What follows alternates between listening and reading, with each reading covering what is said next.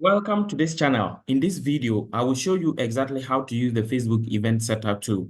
As you can see here in this particular screen, or on this screen, I'm trying to set up a purchase event. And when I say Facebook event setup tool, it is basically used, the event setup tool is basically used for setting up standard events like purchase. There are many of them. I'll just show you a sample of how it looks like. So if I want to, for example, say I want to track a URL or a button, let me try tracking a button and you see something. So let's say I want to track this button. So when I click here, now you can see so many. So I can track add to cart so that if someone try to buy something from my website through my Facebook advert, I'll be able to detect that someone tried to make a purchase by adding to cart, someone initiated checkout, someone initiated a lead or filled the form and submitted a lead, someone purchased, someone added payment info, someone added a product or an item to wish list. So all these things are events you can customize. You can set them up using the event setup tool. You can set up standard events using this event setup tool. So now I'm going to show you how exactly to do this. Now, when you log in and then you go to your ad manager, when you click on the top left-hand corner, you see all tools. Then you go to events manager. So when you click on events manager, it will bring you to this place. And in fact, you may see something like this. I just want to be very practical so that you understand everything as much as possible as you want it. So you can see something like what I'm seeing here. Yeah, you see something like this. Then when you go to the left-hand side, you see connect to data source, you see data sources. Now, the thing is that if you haven't connected a pixel, you cannot even set up a standard event using the event setup tool. So first of all, you need to have your ad account connected to a pixel, a pixel on your website.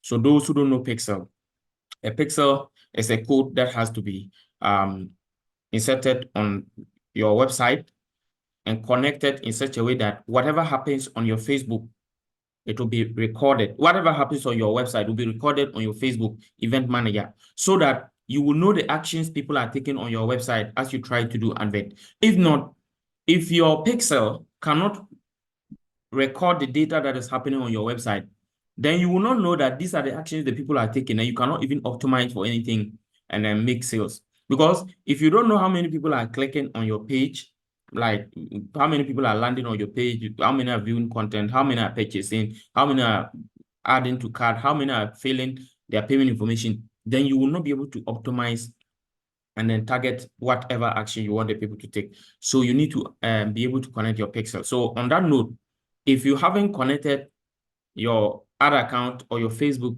to a pixel, the pixel to your website, if you haven't connected your Facebook pixel, or you haven't connected the ad account pixel to the website so that you can measure events, I have done a video earlier on how to be able to do that. So you can check the link above or check link in the description of this video. You'll be able to see. Okay. Now, after you've done that, and in fact, I've done another video also, how to even create a pixel in the first place. You have to create a pixel before you can even connect it. I've also done a video again on that. You can check it above or check the link in the description of this video. So after you create, the next thing you have to do is to connect. When that is done, then you can come and now set up your standard events. Now, when it is successfully connected, when you come here, you see data sources. So you click on data sources. Under data sources, you see all your data sources, all your pixels. Data sources, in other words, means pixels. So I have about 3 pixels, and I want to go with one of them. I want to go with this one, or the seller pixel. Now, if your pixel is successfully connected, when you come to the events, you will see all those events that are showing. So I have page view. So it means that about 51 minutes ago, someone viewed my page. About 51 minutes ago, someone viewed my content on my website. About 2 hours ago, someone purchased or someone bought something. About 17 hours ago, someone added to cart. About 2 hours ago, someone initiated checkout. You understand? So once all these are recorded, they actually took place on the website. Now, there are certain events that you may want to set them, but they probably might not have been properly set. There are two ways you can set up an event. We have standard event and we have custom event. For the purposes of this video, I will focus on I'll focus on standard events, but we also have custom events. I have done a video earlier on that I focus on standard events and custom. That one I did both standard and custom event. If you want to learn how to also set up a custom event, you can check the link to that video above, or you can check it up in the description. But I'm going to focus on the standard events here. So to set up a standard event, you come to the settings. Okay. So let's say all that are here. There are certain other events that I want to set, but they are not showing. So you click on settings, and then want to use the event setup to set up standard events. And then you go to open event setup tool. So I'm going to copy my website link or my landing page link and come and post it here. So I've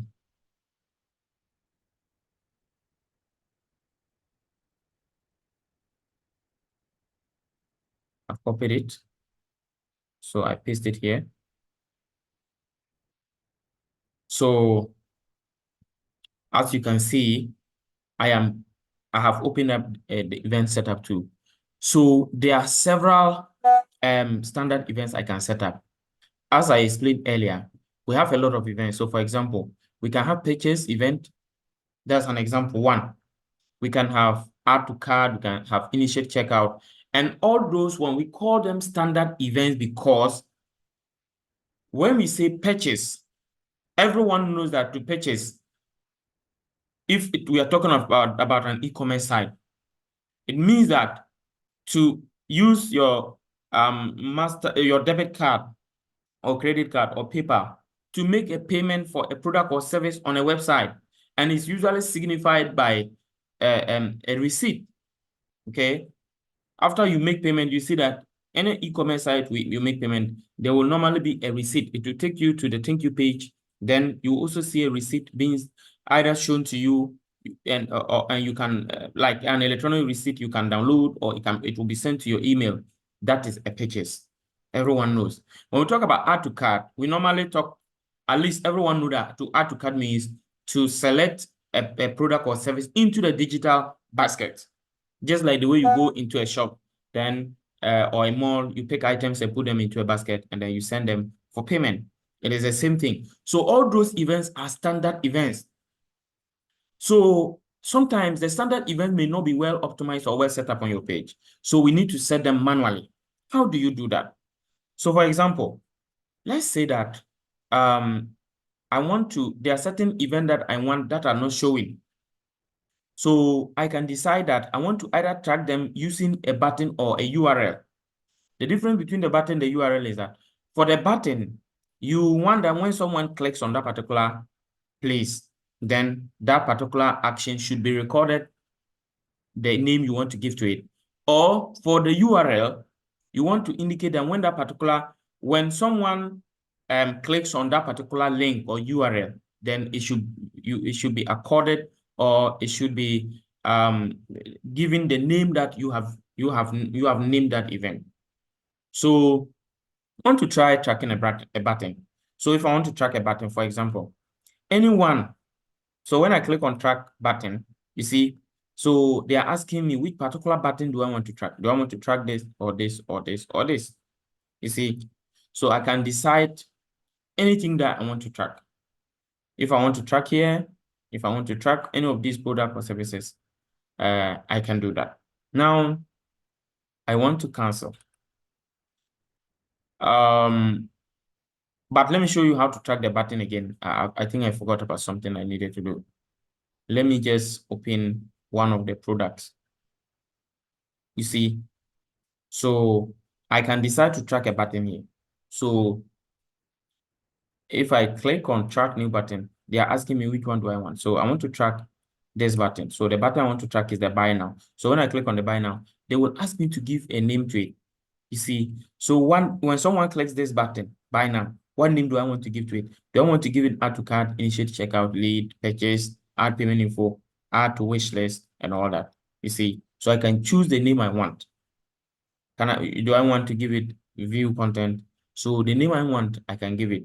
But this one, I'm just trying to do a demonstration. So I'll not actually choose any name for it. I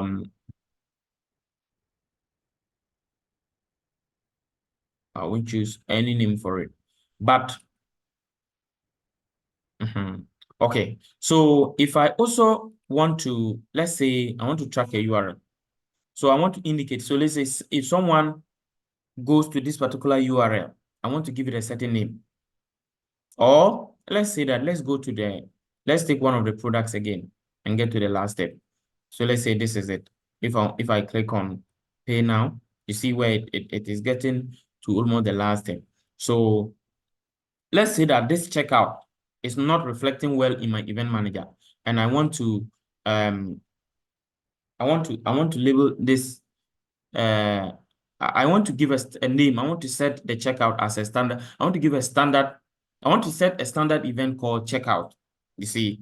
So what I have to do is that, you see, as I have clicked, it has brought me to this particular one. Or I want to set a standard event called purchase. So what I would have done is that I'll click on pay now. So when I click on pay now, you see that it has taken me to an interface. After I make payment, it will redirect me back to the previous page I was in before I came here.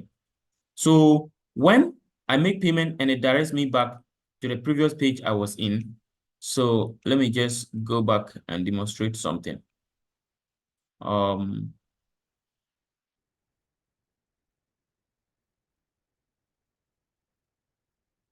Okay, so I've gone back to the previous page. So I was just trying to demonstrate. But let's say that this is a particular page I want to track, or I want to give it a name, a standard name, or one of the standard events.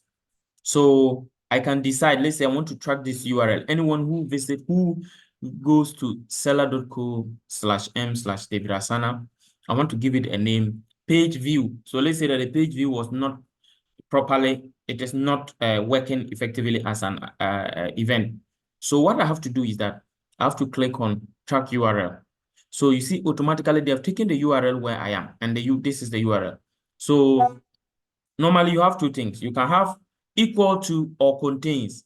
The difference between equal to and contains is that I am saying that if a URL is equal to this, anyone who visits this URL, it should strictly be regarded as the event I am going to select. So for example, I want to call it view content, or let me make it view page. I want to make it view page. Let me see whether I will see view page. View page is not there. Okay, view page is not there, but I can make it view content. So I have to select that and then come and click on confirm. Then if I want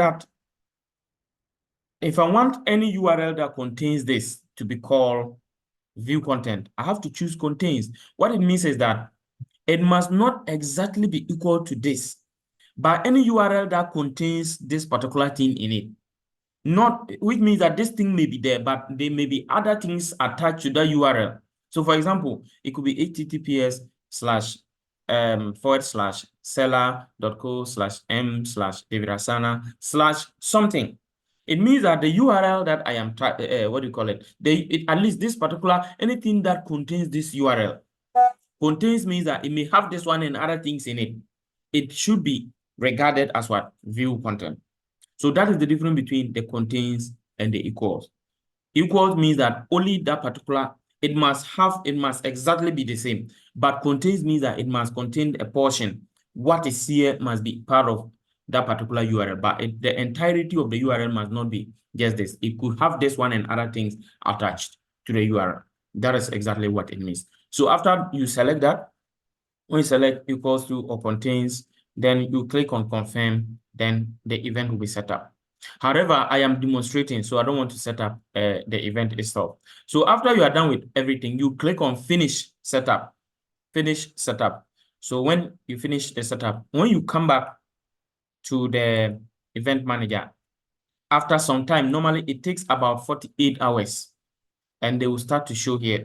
Sometimes it can be 24 hours, sometimes 3 hours, but I will advise you to wait for at least 48 hours so that you can see more detailed information on the event. So all the events that have actually, and in fact, after you set it and finish, go and take those actions so that they can properly be recorded. Because a lot of people, they don't, after they are done setting up the events, they don't even try those actions to see if they will appear here. So you have to take time, take those actions. They are supposed to appear in the events column so that you know all your events that are active. Any event that doesn't have a green color means it is not active. If you see some of them having yellow color, it may be a warning that they may not have had any recent activity. So this one, all those you see here are recent activity, and that's why they have green color. It means that they are healthy, everything is well with them. So if you follow this, you will be able to set up your standard events. If you follow this and you still have any problem, please leave your comments in the comment section and I will follow up to help you. You can also follow the WhatsApp link and the Telegram link in the description of this video to contact me, and I will be able to help you get your issues resolved. If you also want me to run effective ad campaigns that will give you the results you are looking for, don't hesitate to contact us. Once again, thank you and see you in the next video. Bye-bye.